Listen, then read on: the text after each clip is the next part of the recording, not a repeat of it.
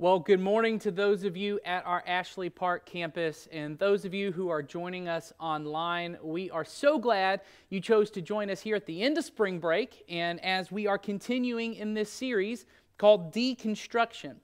And really the idea behind this series is that there are a lot of words and terms and really just ideas surrounding Christianity that a lot of us have misunderstandings about or just the wrong ideas altogether about. And we really want to deconstruct those ideas so we can get to really the true meaning behind them.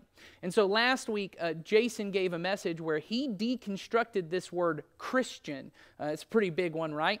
And how Jesus never called anyone to be a Christian. And most of us don't know that, but actually the word Christian only appears in the Bible like 2 or 3 times, and when it is, it's often just a nickname, or many of us believe it's actually a derogatory term for followers of Jesus. What Jesus called his followers to be were his disciples. And a disciple is just a student or an apprentice of someone who devotes their entire life to learning from this person how to do something. And for those of us who follow Jesus, we're learning from Jesus how to do our lives. And this is really what Jesus has been teaching us in this famous Sermon on the Mount, which is the longest recorded sermon we have of Jesus. And we've been really examining this sermon since last September. And today, we are looking at the final verses in this sermon. It feels like a big achievement for a lot of us who've been around for the whole thing.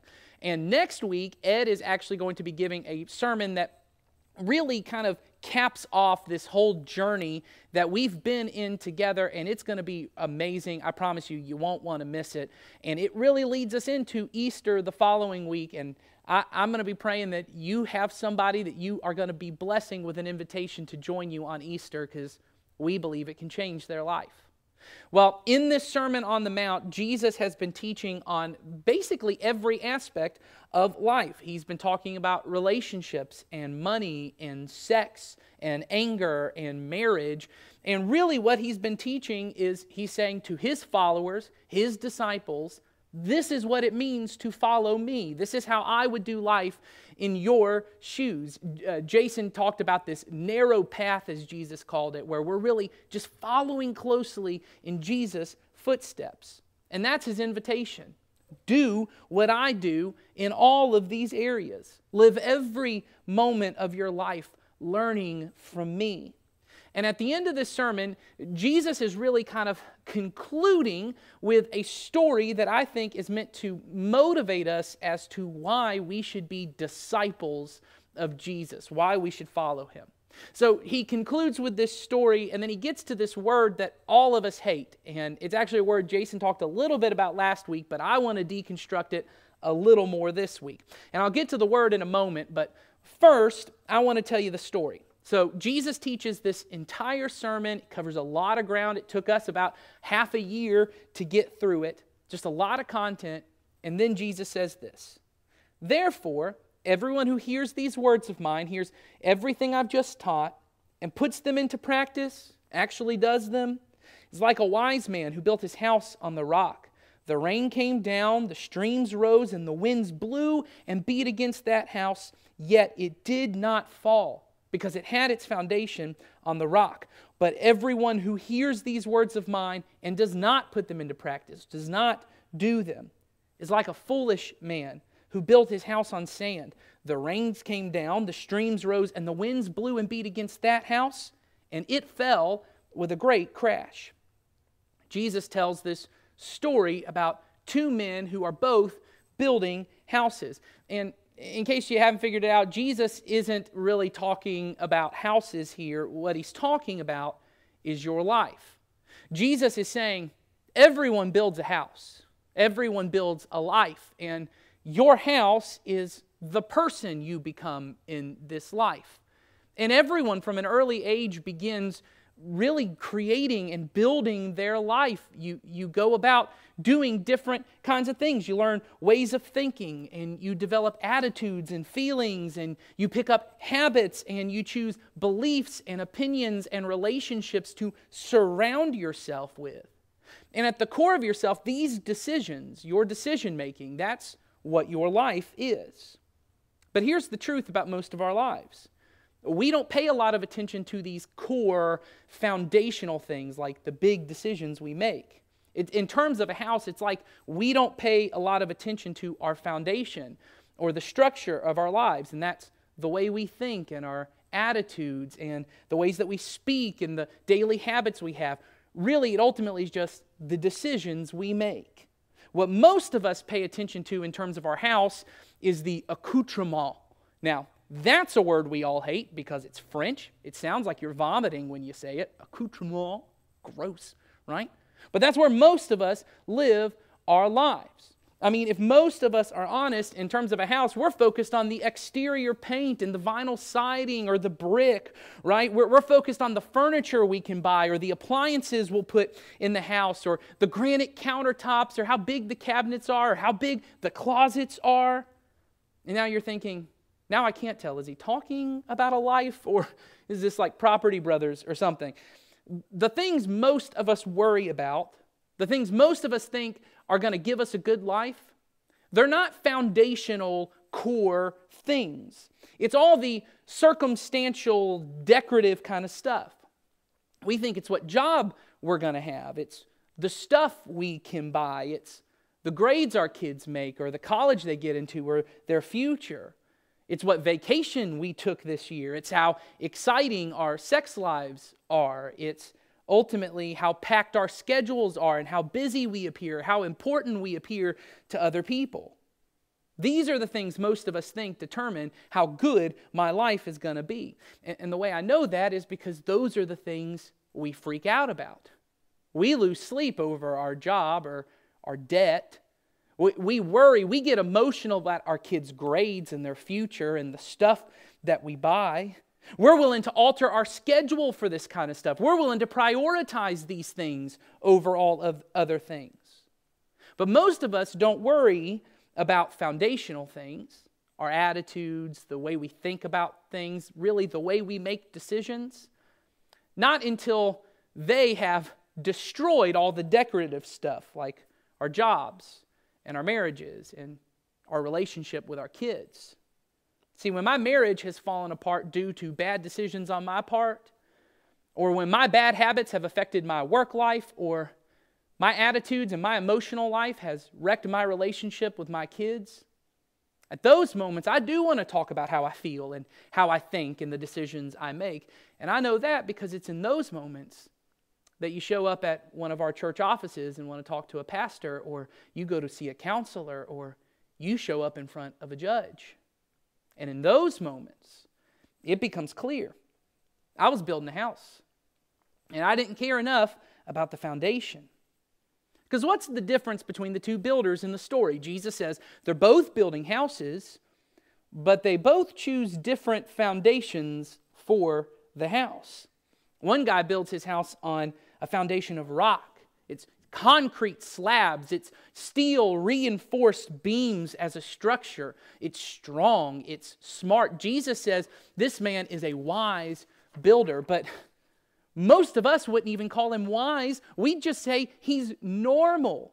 Because think about it. When you go and you're like, in the house shopping mood and you go over to see a house, the first thing you don't look at is not the foundation. You don't go to check out the foundation because you just assume whoever built the house must have built it on a strong foundation. You look at all the circumstantial, all the decorative stuff in the house. It's not until you have some kind of home inspection when you're getting ready to buy it that something gets revealed as a problem in the foundation. And in those moments, if your spouse is like, yeah, I know there's a giant crack in the foundation, or I know it's built on an Indian burial ground, or right on a sinkhole or something like this, but I really love the granite countertops. I really love the cabinets. You'd be like, honey, I can put in granite counter. I can't, but somebody else can put in granite countertops for a lot cheaper than we can rebuild the entire house from the foundation up. It's just not as simple. And we get that when it comes to a house. And what Jesus is saying is the only kind of person who doesn't care about their foundation and builds their house or builds their life on sand is a foolish person. A person who has no common sense. They only care about having beachfront property, baby. And they don't think about how they're going to support this beautiful mess of a house. And I think it's important for us to focus on, Jesus doesn't call this builder evil. He calls them foolish. Because Jesus knows most of us are not setting out to build a bad life. It's not our intention. We just kind of foolishly stumble into it. Every parent knows this. If you talk to your child or your teenager after they've just made some really dumb mistake and you're looking at them, what's the question you always ask? What were you thinking? Why did you do that? Why did you shove 16 Flintstones vitamins up your brother's nose? Why did you put your brother in a box and push him down the stairs? Why did you put an aerosol can into that bonfire to see if shrapnel would blow up your neighbor's house?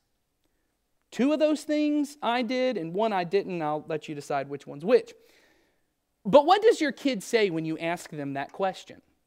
Do they say, because I'm evil and I like to see the pain I can cause other people? No, I hope they don't. Let's hope they don't say that, right? Because it's not the truth. The truth is what they say. I don't know.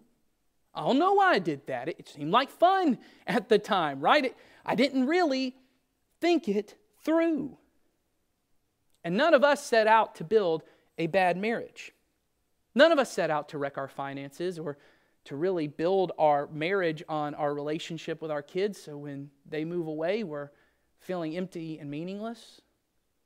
No one sets out to do that. We just kind of stumble into it. It just kind of happens. Not because anyone was trying to be evil, but because we're foolish. We don't think it through. We don't think about what's coming down the road because what's the other similarity between the 2 houses, right? They both build houses, they choose different foundations, and they both face storms. I think this part is so huge because I think there's a real temptation for religious people and church people to begin to view their relationship with Jesus as some kind of like storm insurance, that I can somehow believe enough of the right things and have faith in enough of the right things and pray enough of the right things, and eventually I can make sure that no storms, no bad things ever happen in my life. We think of faith as some kind of barrier against storms in our lives, and we even say things like, the safest place to be is in the center of God's will. And there is truth to that, as long as we properly define what safe means. Because if what you mean by safe is that nothing bad will ever happen to you if you follow Jesus, or you'll be physically safe, then I really think you should do some research on what happened to all of Jesus' closest followers. There was prison, loss of job and family and property. They were tortured. They were killed. It's not what most of us think as safe. In fact, I think most of us here today, because we're Americans and we live in the kind of world we live in right now, most of us live pretty safe and pretty comfortable lives. And most of our focus is making sure we stay pretty safe and pretty comfortable. We are trying to build lives that make sure we never suffer. We never lose anything. And we are trying to find a way to ensure our lives where we'll never have a financial loss, or we'll never have a loss in our health, or we'll never lose a loved one. But Jesus is saying to us, look, here's the deal. Storms are a part of life. They are unavoidable. Suffering is a part of life. And if you don't want to accept that, you will build your life focusing on all the wrong things, trying to stay safe and comfortable in comfort. You'll spend all your time beautifully decorating a house that's built on sand, and when the storms come, they're not just going to destroy the furniture. They will crumble your entire life. The point of this story, and really Jesus' entire sermon, this whole Sermon on the Mount, is to help you choose a better foundation. It's to help you make a better decision. That's where we get to this word that I think most of us don't like. Let's look back at the beginning of Jesus' story here. This is what he says. Therefore, everyone who hears these words of mine and puts them into practice does them. They're like a wise man who built his house on the rock. So what makes us wise? What gives us a good life? Jesus says it's not just that you hear my teachings. It's not just that you have a lot of Bible knowledge.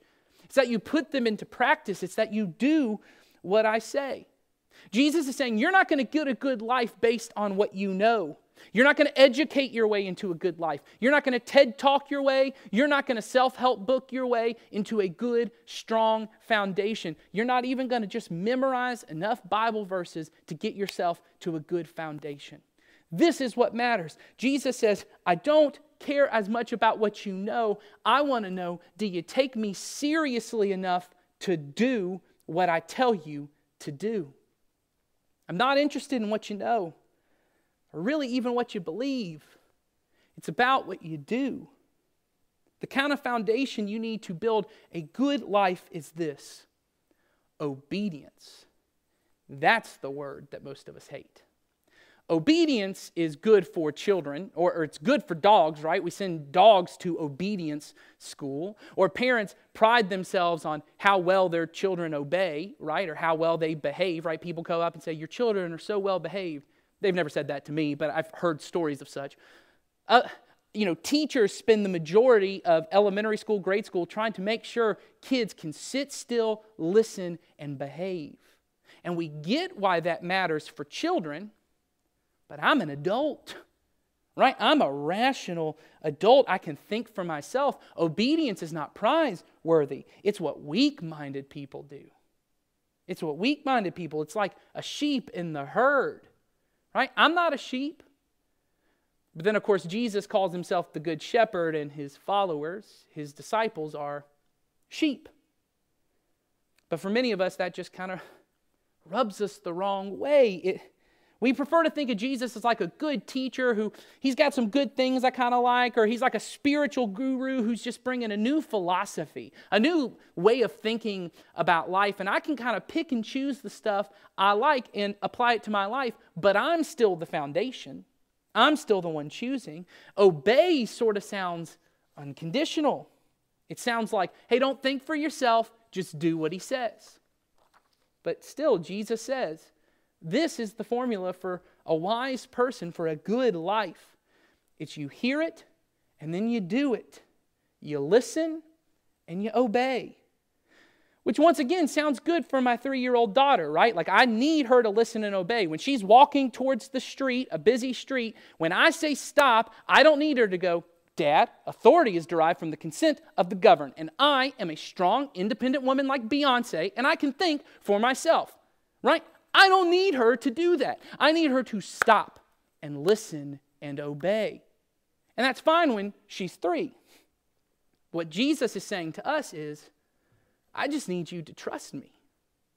Like I'm a good father, and I only want good things for you. So when I tell you to do something, it's because I know it's what's best for you. Even when it feels like I'm trying to take away your freedom. Even when it feels like I'm trying to keep you from a fun and exciting life, I need you to trust me. One writer of the Bible says that wisdom comes from trusting in the Lord, not in ourselves, not in my own understanding, my own rational thinking. It's I trust in God over myself, and when I do, he makes my path straight, which means he builds a good life on a good foundation. See, many of the commands of Jesus are just plain and simple, and they make sense before you do them. I mean, if you're here today and you're not even sure you believe in Jesus, there's a lot of these things that you just already agree with. Like, all of us agree that being peaceful is better than being violent, being loving is better than being hateful, being honest is better than being dishonest. It doesn't matter what you believe about God or about Jesus. You agree with doing those things. But there are other things that just don't make as much sense until you do them. Blessing those who curse you, loving your enemy when your enemy is someone who's caused you unimaginable pain and has stolen something from you that no one could ever pay back.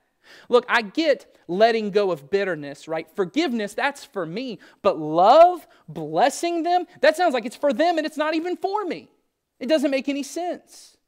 I mean, for most of us, choosing to reserve all sexuality for marriage, man, that doesn't just sound old-fashioned, it sounds repressive. It sounds like you're holding back a part of who you are, and what if that just doesn't work for you?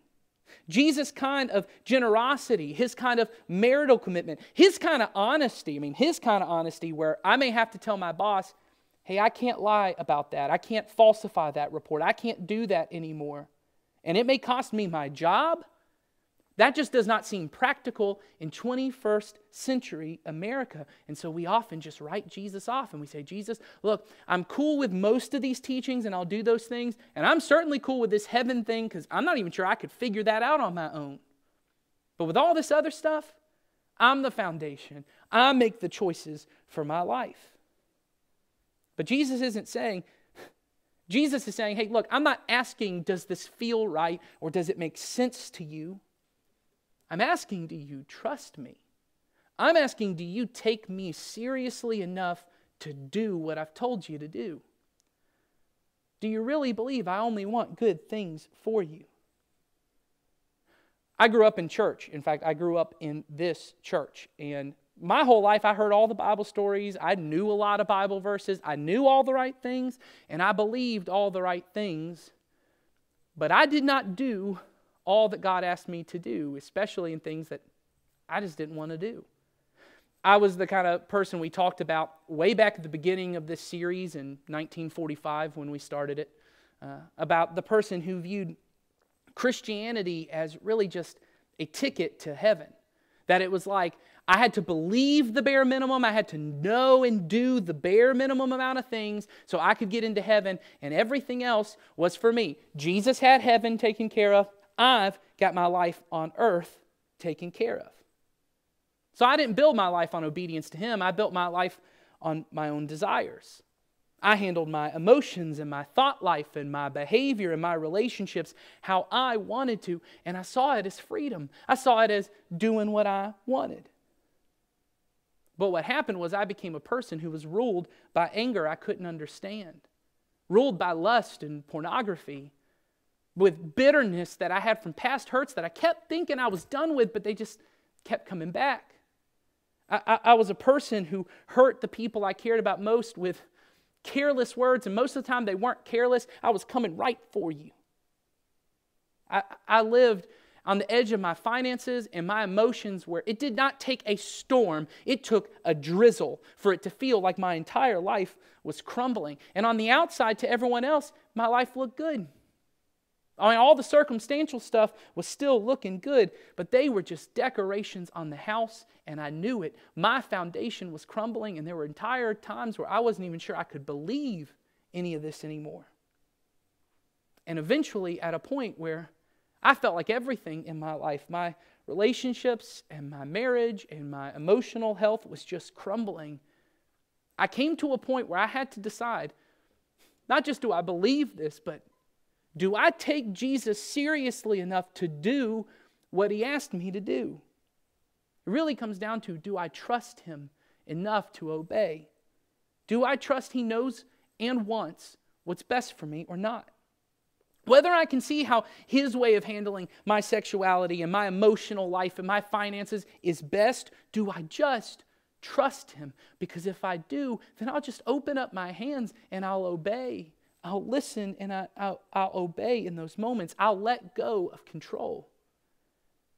And when I finally decided to do that, everything in my life changed. Not only did the circumstances and the decorations of my house get better. My finances grew stronger, my marriage grew stronger, my relationships with other people got better. But I'm a better person. I'm more kind and loving than I was. I'm more generous and compassionate, more peaceful and patient. I have joy on even the most difficult days. I don't stress about storms like I used to. I don't worry as much as I used to. I don't live in fear that these secrets one day are going to come out and wreck my life, because my life is not built on me anymore. My life is built on the loving guidance of a God who died for me. And everything Jesus teaches me is for my good, and not just for me, but for the people around me. Jesus said all my teachings, all my commands, they come back to one thing. It's love. Love for God and love for people. And so what I've been learning these last 7-8 years of my life is really just to totally give into the love of God. to pursue that. And as I follow His commands, I really do love. I mean, I thought I was good at loving before, but really, it was just about what I wanted and the people I cared about. But the kind of love I'm learning to live out of now, it comes from a God who is love by definition. It's who He is. And He's teaching me to will the good of other people. And all that means is that I want and I work for what's best for other people. Because Jesus is not interested in helping me decorate my home. He wants to rebuild it from the ground up. Jesus isn't interested in helping me get some good moral teaching over here and some new financial advice over here and some more margin in my emotional life, but I still get to be the foundation. He wants complete control of my life from the ground up. Think about this Sermon on the Mount we've been in for the last year. Jesus isn't teaching you a new way to control your behavior so when you're angry, you don't just externally lose it on everybody. He's trying to change you from the inside out. He wants you to become a person that anger is not your first response. Love and forgiveness just pours out of you generously. Even on people who've wounded you, that you would bless your enemies easily. Jesus isn't interested in you becoming just a little more generous when you can find the space in your life to do it. He wants to radically change how you view every part of your finances so that greed and money no longer is your master. God is, and so you live well and you give extravagantly. He's not just interested in teaching you a new sexual ethic of behavior in your life. He wants to redefine how you think about sexuality altogether, that He would become the source of intimacy and love in your life. Jesus is not interested in modifying your behavior or your morality. He's interested in you, all of you. This is not a new philosophy or a new teaching. It's a new life. It's a new you. A life built on His love. But we won't get there on our own. It only comes when we take Him seriously enough to do everything He commands, even if we don't understand it. We have to trust Him enough to listen and obey. Because when we do, He makes our lives better, and He makes us better at life, because He made my life better. And He made me better at life. And He made my marriage better, and He made me better at marriage. And He made my relationships better, and He made me better at relationships. And He can do the same for you if you just listen and obey. And I get it. I mean, if you don't believe what we believe about Jesus, I get this all sounds like, man, this sounds like control. It sounds like blind obedience. And I get that, but I hope you understand. For followers of Jesus, this is not obedience for obedience sake. This is not us not thinking for ourselves. We obey because we trust a person. We trust Jesus. We trust He's right about everything. And I get you may not be at that place in your relationship with Jesus, but my encouragement to you is just start where you are right now. Obey the things you can. And I believe as you do, you'll learn He's right about that. And that He's right about your life. And if He's right about your life, then maybe He was right about His life when He said He was the Son of God. And that's what we're going to talk about in 2 weeks on Easter. And I hope you'll be here for that. But as we end today, I just want us to have a moment where we reflect on where we are at in our relationship with Jesus. I've asked the band to come up on stage now to lead us in a song that talks about building our life on the love of God and not ourselves. That we obey Him because there is none like Him, which means He's holy. That's the word the Bible often uses. It just means He's set apart. He's different than everything else. He's the only one worthy of our obedience and our trust. And as the band sings this song, I want you to just have a conversation with God and say, God, show me in my life where I'm not fully obeying You in everything, because none of us are. And I have to ask these questions. We all have to ask these questions for God to show us from time to time where are we not obeying. And then I want you to take a moment just to commit to Him. I'll build my life on You and not myself. And maybe that's the first time you've ever done that. And my hope is that at the end of this song, we will sing with fully obedient hearts. So as the band leads us in this song, I invite you to have a conversation with God, and maybe that's the first time you've ever done that. But then when you feel led to, would you sing with us? Let's do that now.